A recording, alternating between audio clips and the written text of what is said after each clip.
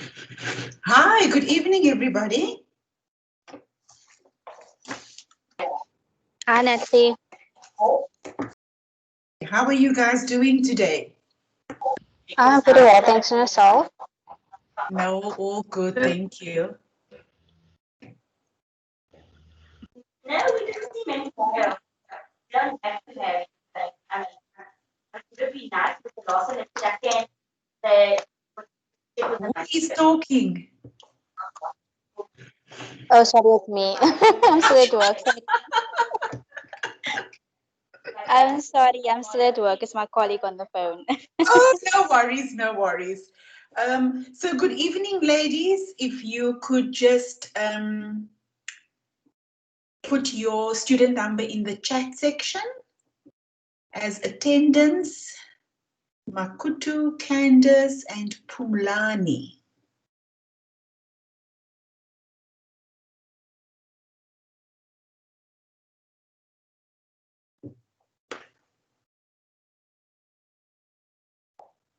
So last week we spoke about employee well-being,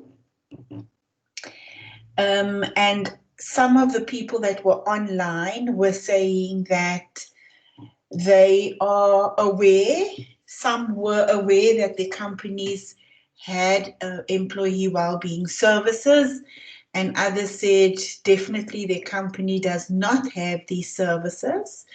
And it was quite interesting looking at to what extent is the issue of employee well-being an issue that is raised because of how people produce when they are in a space where they can bring themselves to work every day. So that was an interesting discussion we had last week. This week, we are going to look at assessment, and we're going to look at, I'm just going to share my screen, and if you can just confirm when you are able to see it. Why don't I see my screen? Give me one moment.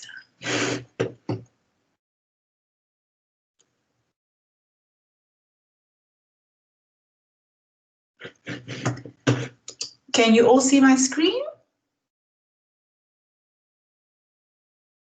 Not yet. No, not yet. Okay, let me go back here and see what we can do.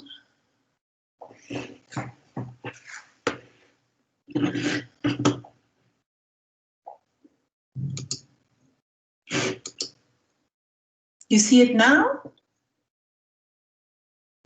Nope. Oh gosh.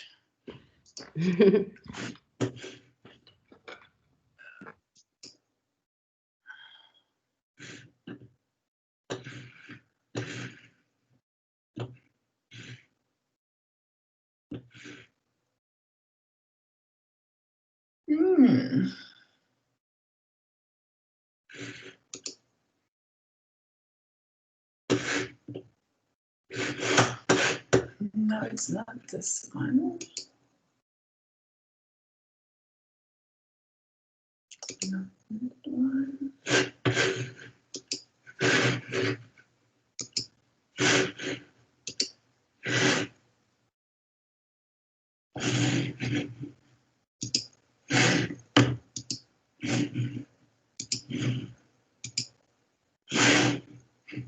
And you are still not seeing my screen? No, not yet, Natalie. Oh my golly gosh. There was something that came on just now and then you closed it.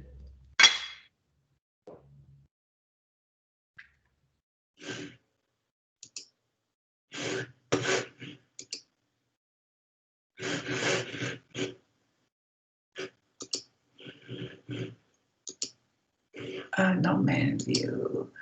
Slideshow. Do you see my screen now?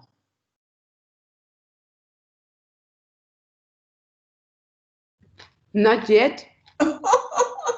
Okay, then I don't know what I'm doing wrong tonight as opposed to other evenings. I'm doing exactly the same thing, but I can send you the slides after the session. Thank you. I did receive your email with the previous ones, so that'll be great as well. Thank you. Oh, perfect. No, you're welcome. So the issue of tonight is that we're going to be looking at the various instruments or the test batteries or the inventories. Those are the terminology that is used. But before we look at those, you know, there are some facts that you have to consider when dealing with personality. Now, what have we learned up till now to personality? If you maybe think back of your second year module, where the 1601 is completely about understanding all the different aspects that make up personality.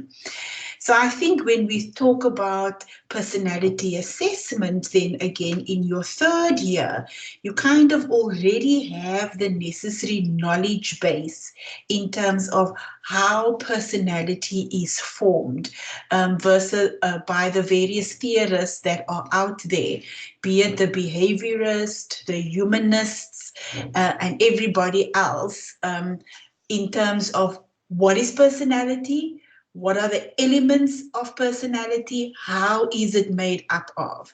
So I think it's important that we just again pause at that point of what is personality. Because you will remember that it was said that individuals are unique. And we do not behave the same way in all situations. And why are individuals unique? Because we have different upbringings, we had different socialization, we had different education opportunities, we experienced life events that are very different from the person next to you, and all of those things together is what shapes your personality. And whilst we are saying that individuals are unique, we also at the same time acknowledge that there are considerable commonalities in human behavior, even though individuals are different.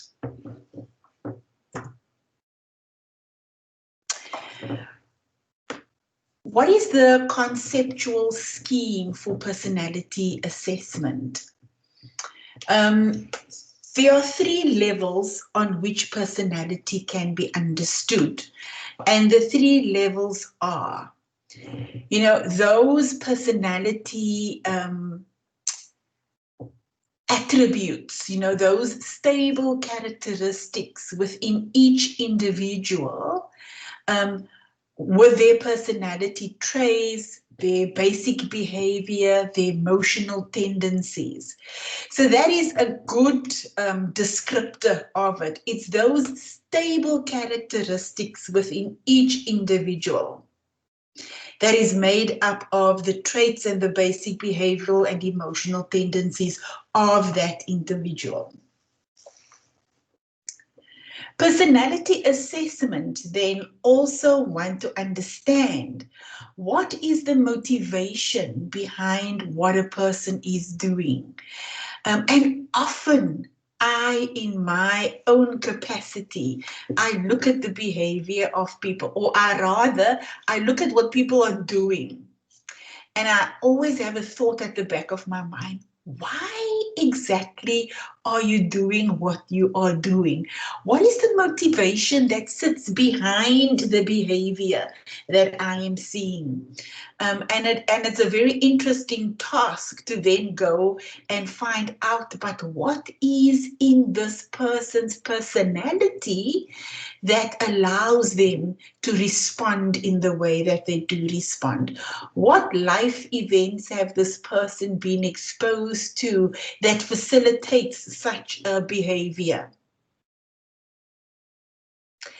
And personality we also understand as being that integrated identity of persons' life stories. What are personality inventories? These are psychological tools used to measure personality. And remember, we said personality is all those traits and characteristics that are generally accepted as personality. Personality inventories cannot be failed and no preparation is necessary. And I think as a practitioner, it is important to highlight this point to all people coming to have tests done on them. There is no right or wrong answer. You cannot study in preparation to go for a personality testing. There isn't a preferred personality that you need to go towards, that you are in terms of the questions, that you lean towards, because that's not how personality work. It is really an attempt to find out exactly what are those elements that make up a person's personality and can therefore predict behavior within the workforce, because that's where we use assessment mostly at getting people into the organization, and then potentially at a later point when you want to make decisions around people's readiness to be promoted to the next level, or people's potential in terms of how they will do from a management development perspective.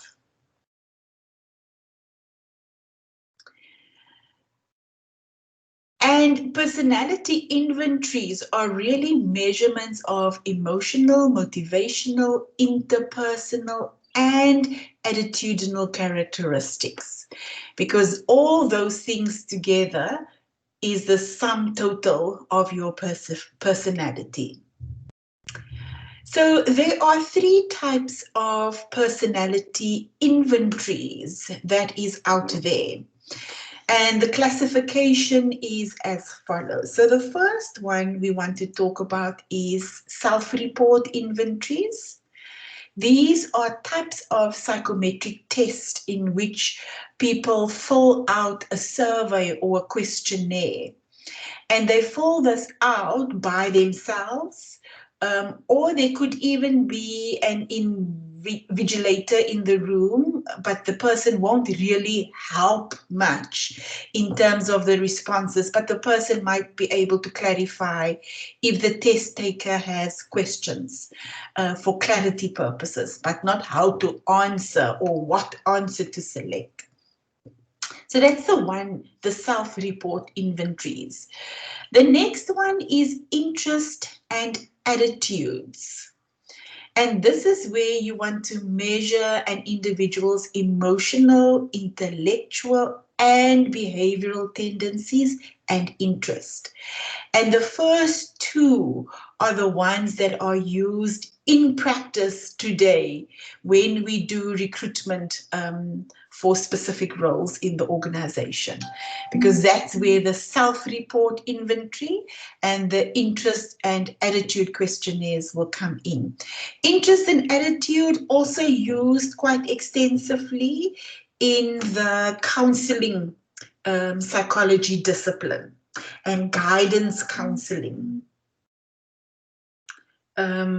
If you have a child that starts university, there's a lot of questions about what are my interests, what do I have the aptitude towards, so what should I study next year?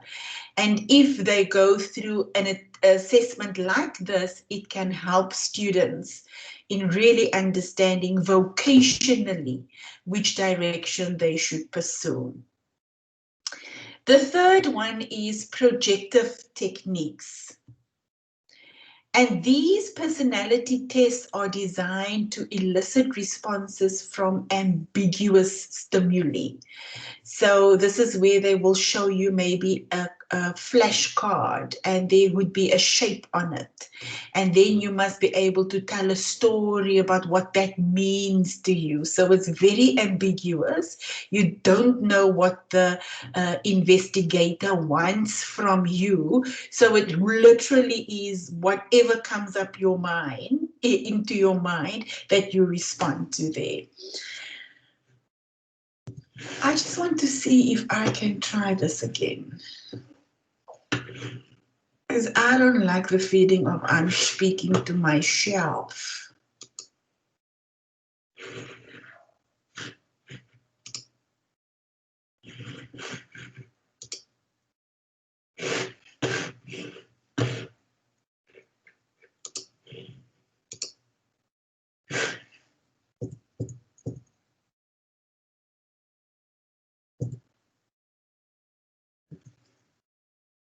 Okay, so we've looked at what are some of the personality inventories.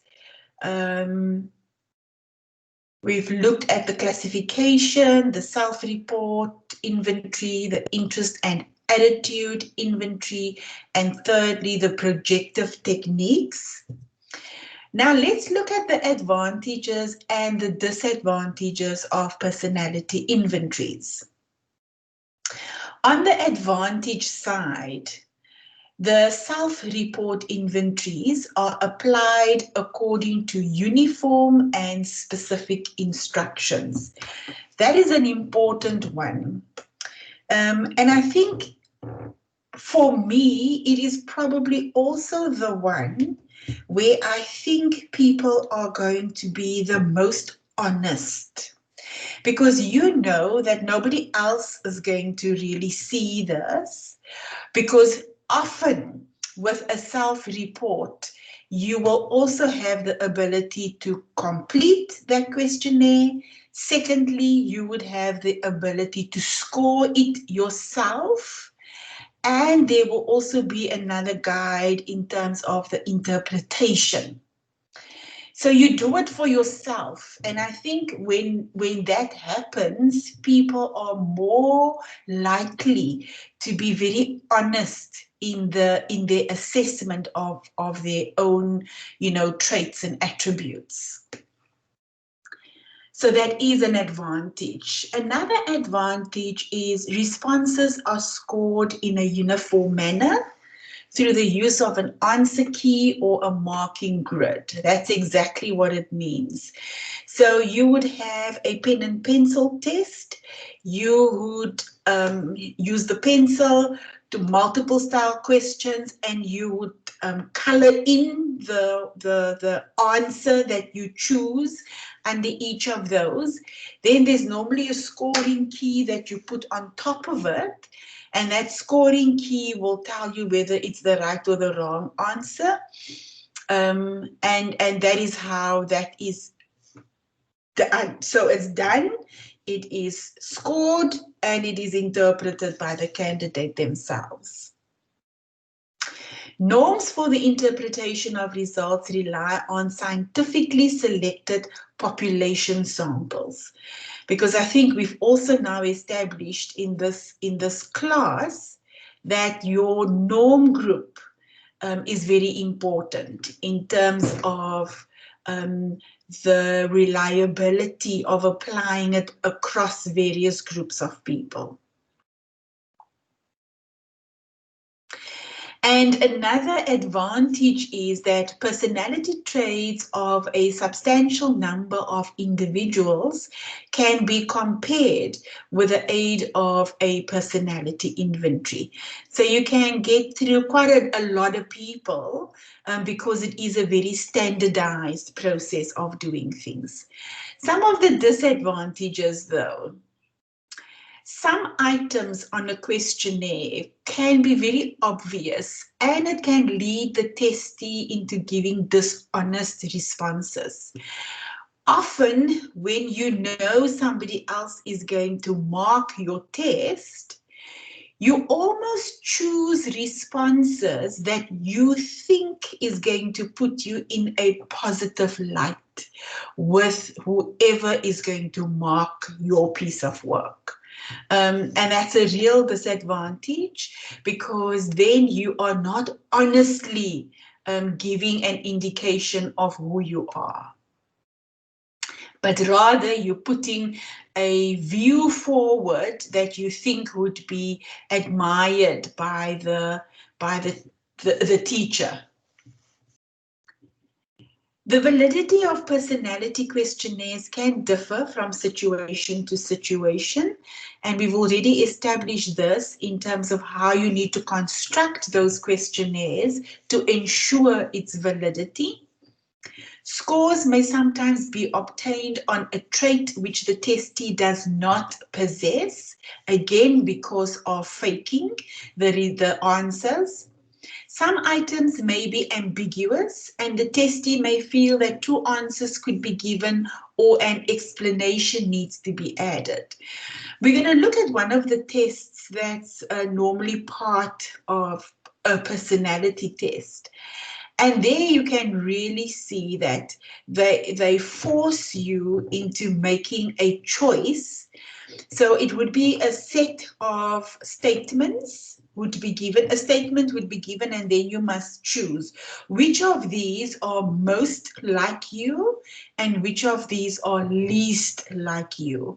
And it's very difficult, because I've been in testing situations like those, that there is almost the whole row is you of options. Now, what do you choose now? Because everything in your opinion is at 100%, but there must be one that is most, and there must be one that is least, and that is how you make your responses.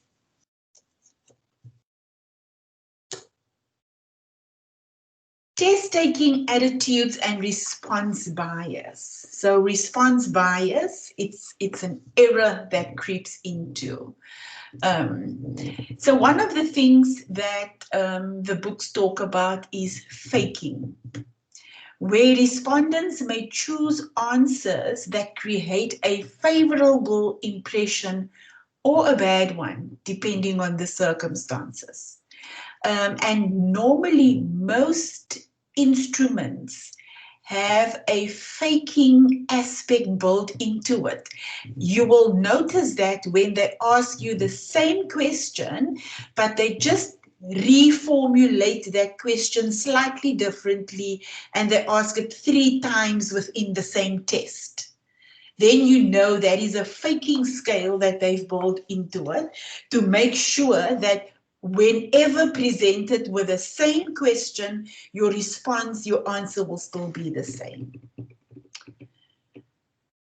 More under response bias is around social desirability. You know, the tendency to give responses that are thought to be socially acceptable, wanting to put the best version of you forward, whether it is what you do or whether it is what you aspire to be.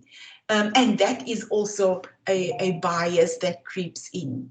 Always the rule of thumb in psychometric assessment, it is to be as brutally honest as you possibly can be in terms of your likes and your dislikes, because then you're going to get a report at the end of the day that can be meaningfully applied in your life.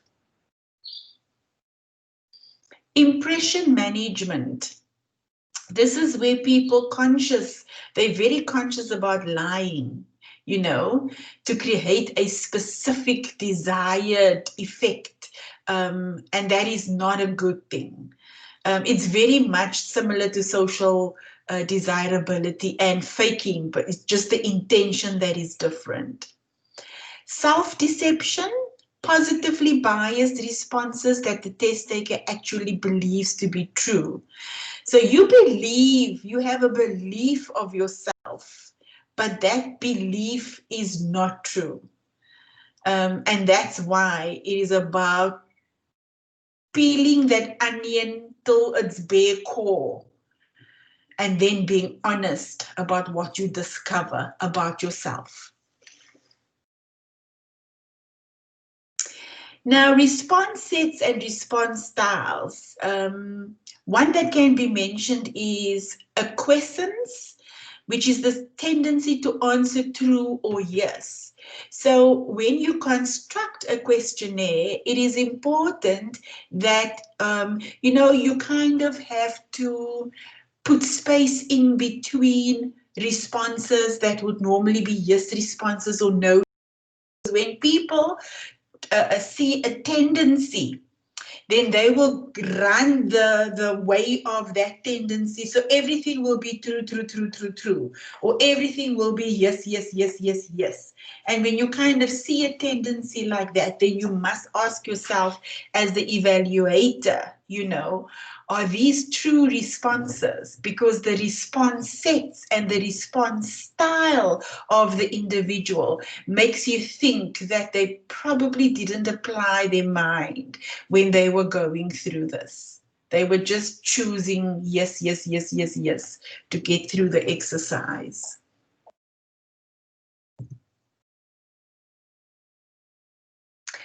Now, the mitigating factors that you can put in mind for test taker attitudes and response bias is the following. You need to construct psychometric instrument items that are socially neutral to reduce faking and related response test. When you are a designer of a test like this, you would have a psychology background. So your construct, the way you construct the scales, to address social desirability and other impression management responses should also be spot on. You must consider that as a lens through your quality assurance. Include specific items that will be answered in a socially desirable manner only by those who exhibit such behavior. Construct items with two alternatives that are both desirable or undesirable to the respondent, and strike a balance between your yes and no responses to address that issue. So what is the current status of personality testing as we see it today?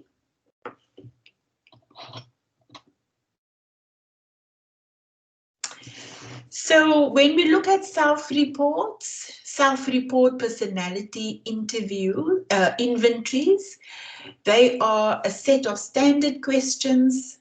We said that earlier, with no right or wrong answers, that seek information about personality characteristics. They are relatively simple. They are multiple choice question about people's behavior and personality styles. They're fairly easy to administer and to score, and therefore are relatively inexpensive. And the responses that you get off a self-report is categorized, and conclusions or profiles are made from these responses. Personality inventories, again, these are constantly being improved on. As further research happens within the field of industrial organizational psychology, these personality inventories get updated, which is a good thing, because then the efficiency and the accuracy of those inventories are enhanced. Concerns here are issues of representativeness of sample used for the norms. You will notice that the norm group is always a concern, especially as it relates to representativeness, and so that your test that you could do, you can generalize across a population. Validity and reliability, important. Fairness, considering all the cultural issues, very important. And language differences. And I think here we have talked quite a bit, about cultural issues and the language differences, especially within the South African context.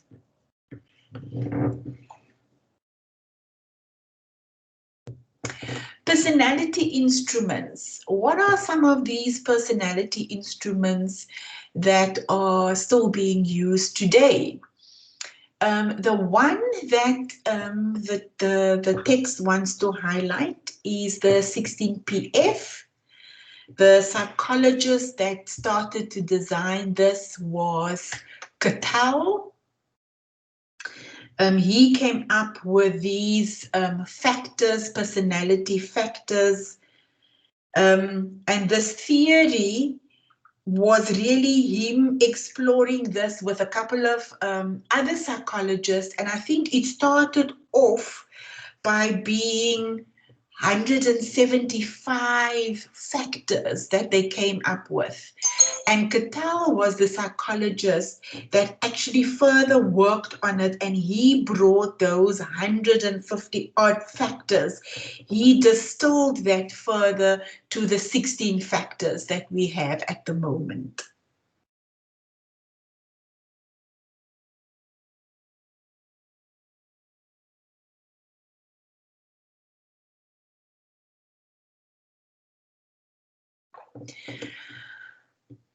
So according to Cattell, there is a continuum of personality traits. In other words, each person contains all of the 16 traits to a certain degree, but they might be high in some traits and low in other traits.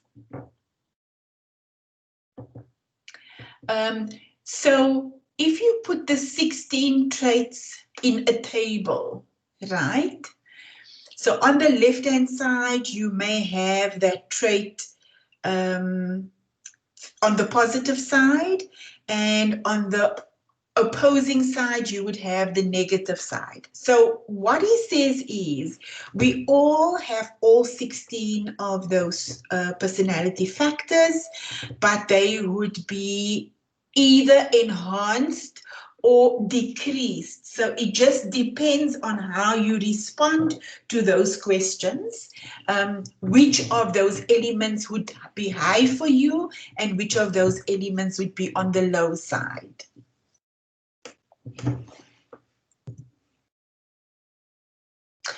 And the test is composed of 4 choices in which the respondent must choose one of 3 different alternatives. Personality traits are then represented by a range, and the individual score falls somewhere in the continuum between highest and lowest extremes. The scores can be interpreted using a number of different systems depending upon why the test is being used.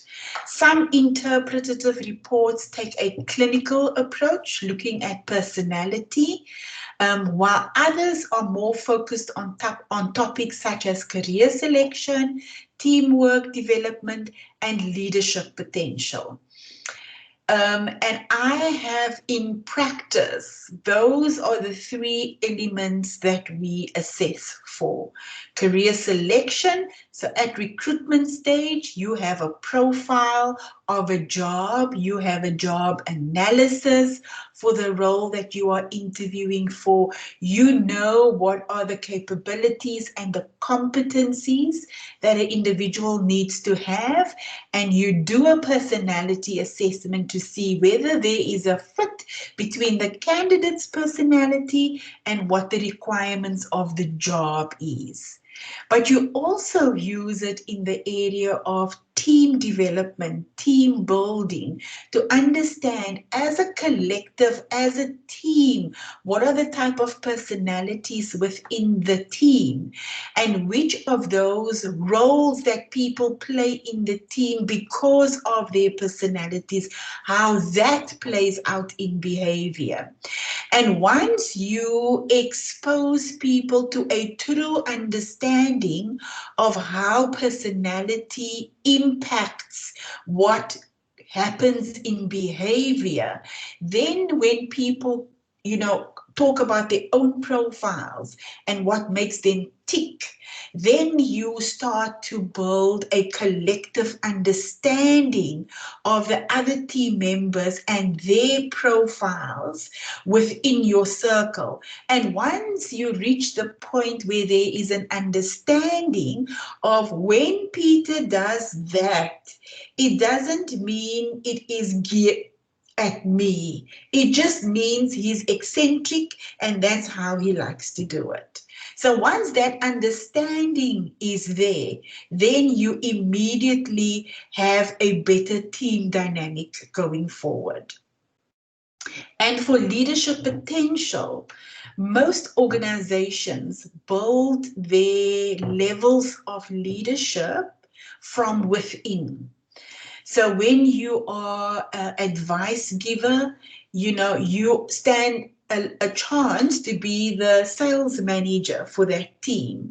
But we need to understand from your being a financial advisor whether you have leadership potential, because maybe you're just a good salesperson, and if that's the case, we need to let you stay in the role of a salesperson, because that's where your strengths and your personality sits there.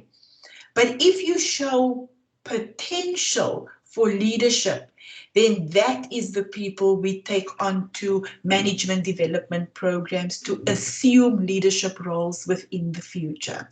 Those are the three main categories in organizations these days that they use personality assessments for. In a clinical approach, it is more from a clinical psychology point of view. That is when they want to diagnose things that on the clinical side of things. So not really an area where industrial organizational psychologists get involved with. That is a complete different field of psychology altogether. Another test, quite a hot favorite, is the Myers-Briggs type indicator, or in short, the MBTI. The MBTI, very efficient tool for measuring whether people are either introverts or extroverts. And this whole dichotomy, introversion, extroversion, thinkers, judging, was first explored by Carl Jung in his theory of personality types as a way to describe how people respond and interact with the world around them. So while these terms are familiar to most people, the whole extrovert, introvert issue, the way in which they are used in the MBTI differs somewhat from their popular usage.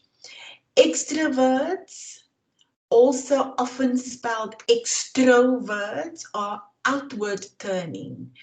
And that really means that they tend to be action orientated, they enjoy more frequent social interaction, and they feel energized after spending time with other people.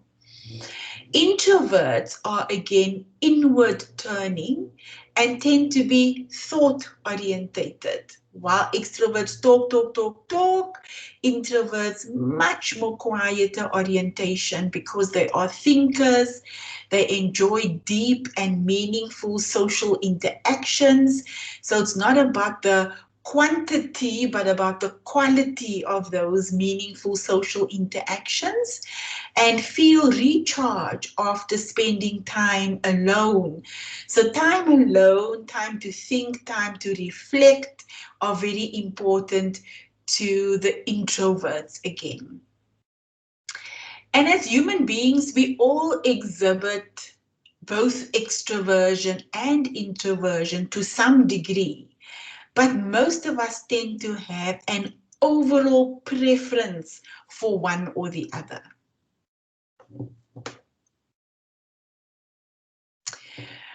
Another of the criteria or the elements in the MBTI is the issue around sensing or intuition. Which of these are paramount? My machine are doing funny things today, ladies and gentlemen. I am so sorry. Now it's taken me out of my screen again. I apologize.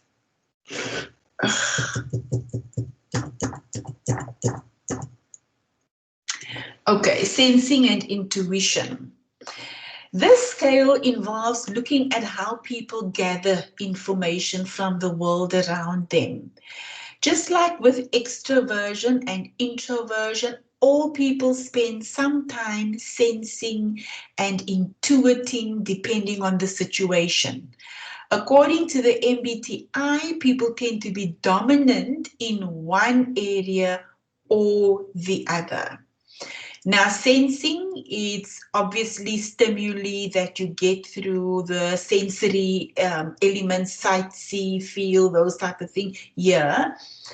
And intuition, it's more on the thoughtful side of things, if you like.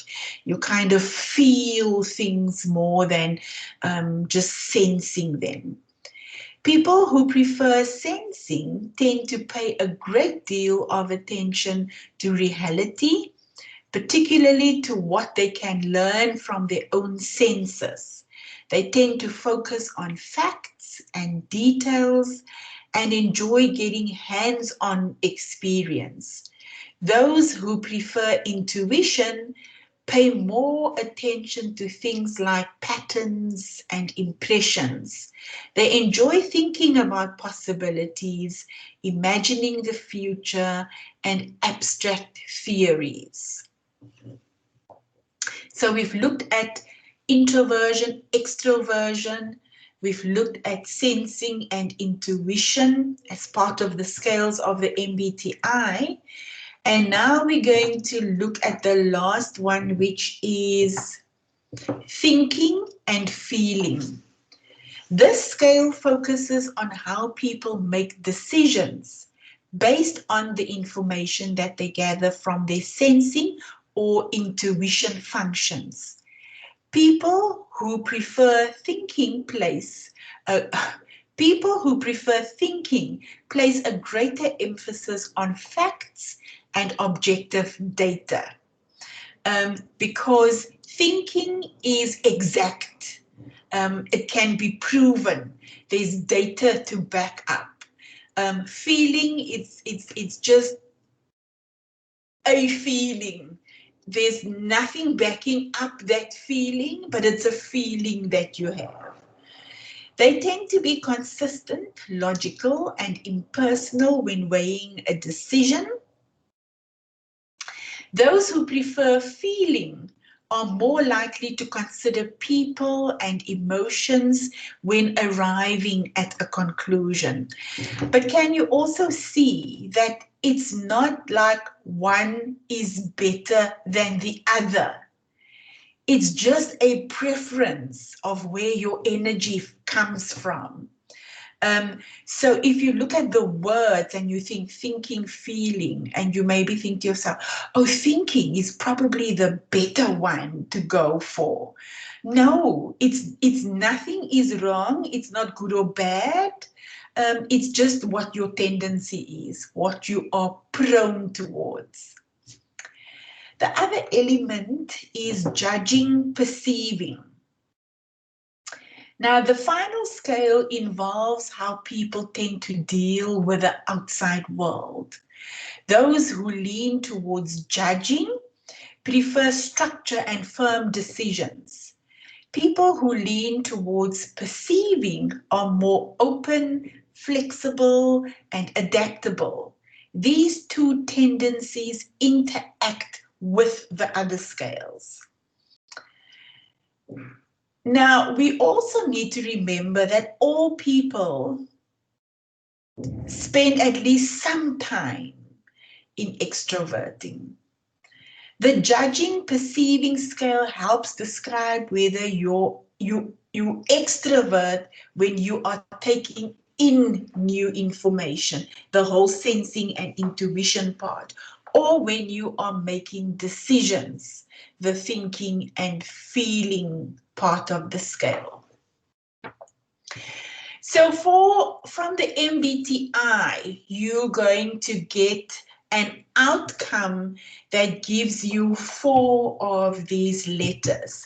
So you would either be an ENTJ, which is an extrovert, thinking, intuition, judging. That would make up your profile, depending on how you have answered this questionnaire. The third questionnaire I want to speak to is the OPQ.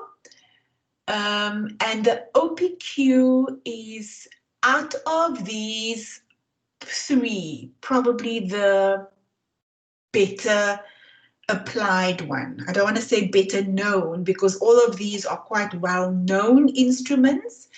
But in corporate world, OPQ is mostly used. But OPQ also starts to be used at a certain level in the organization. You wouldn't necessarily use an OPQ for your lower level roles. You start using OPQ when you go into mid-level management and above.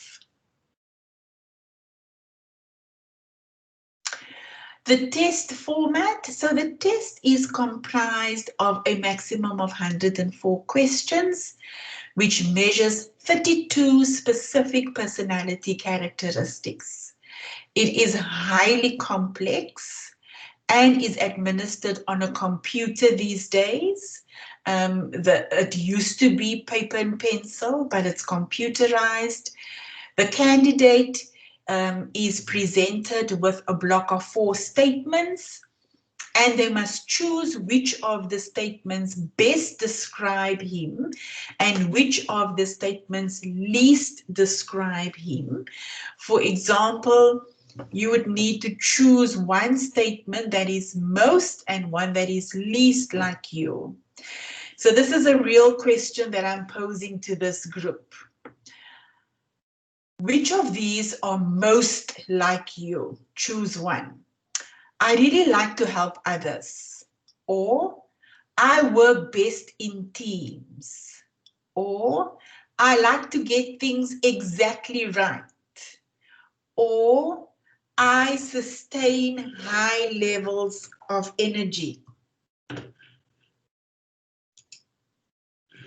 If I must ask you, which of those are more descriptive of who you are as a person?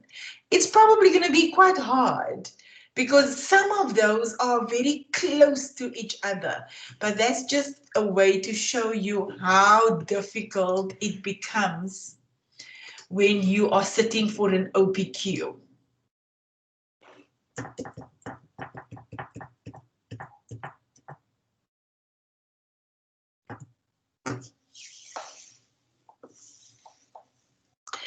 The OPQ was specifically developed to ensure that the scales are relevant and acceptable for the workplace. So there are 32 specific personality characteristics here again, measured by the OPQ. These 32 personality characteristics are divided into 3 domains. So an OPQ overall would test your relationship with people. Why do we need to test that? It's for the workplace. You're going to be working with people. You're going to be working with people from different areas, from different departments, from different disciplines. So it is important that we assess what your relationship with people is. Secondly, it's your thinking styles. Do you have the cognitive ability to manage the complexity of the role that you are applying for? So thinking styles, very important to determine. And then also your feelings and your emotions. In other words, are you on top of your feelings and your emotions? Are you a controlled person? Are you an out of control kind of person? Are you of even emotions, or are you an up and down emotional roller coaster kind of thing? And all those elements are important to match the right candidate with the role that you are recruiting for at the moment, or that you want somebody to progress in. Because one of the things I think is important to mention of psychometrics, psychometrics gives you some insight into who you are as a person. In the work context, we have to bring a new person into an environment where there are already other people who are employed within this team. And you have to know how people think, how people are emotionally, how people are with their relationship with others. So you almost have a couple of stakeholders in mind as the people practitioner when doing an assessment of somebody, because now you must think inherent requirements of the job, the fit of the person to the job. You must think the culture of the team that this person is going to be working. You need to think about the profile of the line manager that this person is going to be reporting to.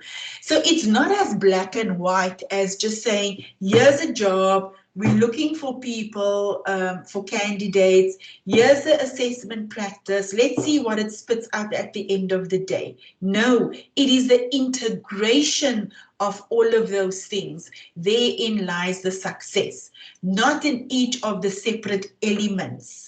Because you have to bear in mind that this new recruit needs to come into an established team with established practices, and you need to make sure that there's a fit. Because if there's not a fit, then you are going to have interpersonal issues. You're going to have clashes because of different emotional styles and thinking styles and all things.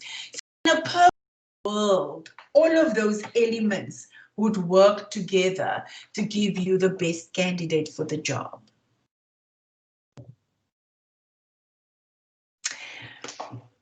The other one I want to talk to is the projective assessment techniques. What are these?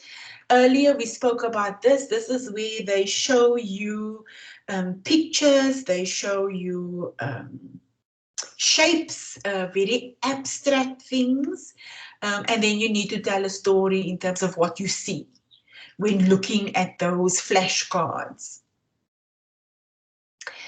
And there's a group of assessment specialists that believes that the more freedom people have in picking their responses, the more meaningful the description and the classification that can be obtained.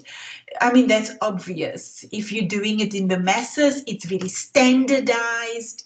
If you do a projective assessment technique, it's individual.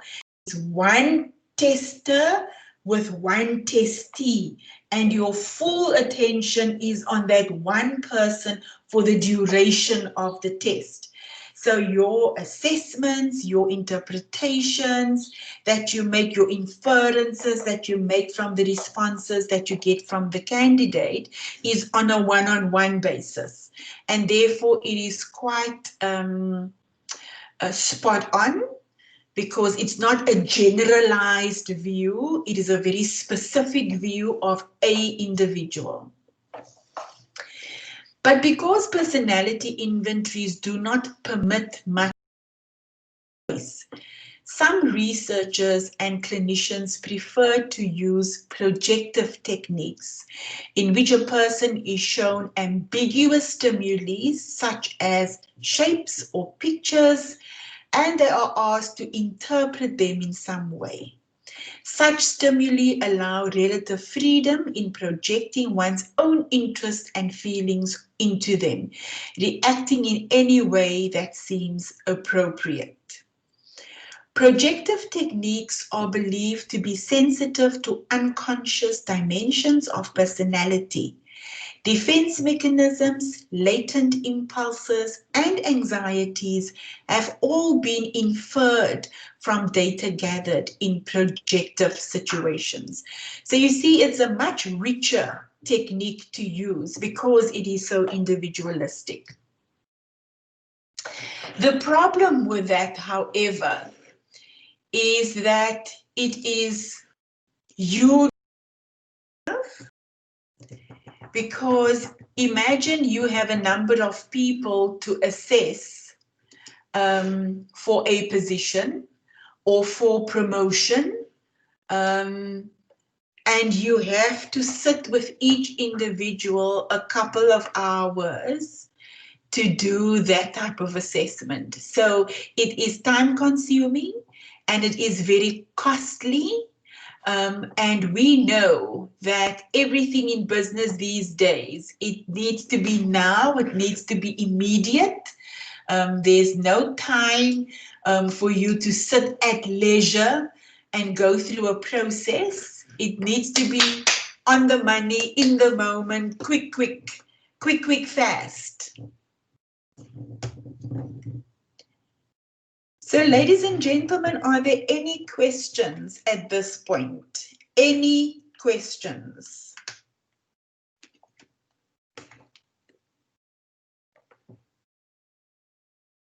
No questions from me, Natalie. Thank you. Thank you. Thank you, Makutu.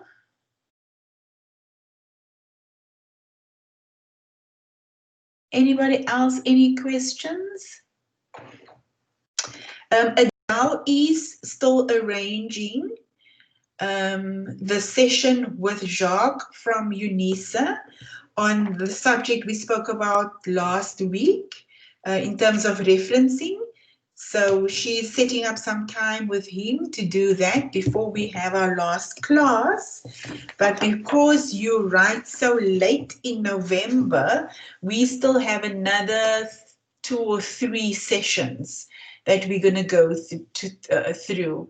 The IOP3701 is already writing next week. So I have stopped sessions with them. IOP1601, we're still going to have 1 class, I think on the 4th of November, and then that's done, which means that there are some time up if you want to reach out to set up some time with myself. We can definitely do that. Yes, please. I'm going to put my email again in the chat box. 65@gmail.com. Please, if you don't mind, just drop an email and I will by return email attach tonight's slides for you.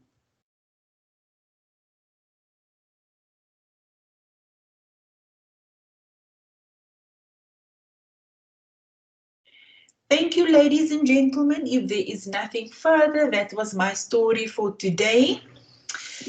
Next week, we're going to be doing Unit 10, which is around career counseling assessment. So if you maybe want to go through your textbook for that so long, that is going to be our discussion point next week. Thank you very much, everybody. Have a good evening further. Okay, same to you. Thank you, ma'am. Thank you. Bye, Bye-bye. everyone. Bye. Bye.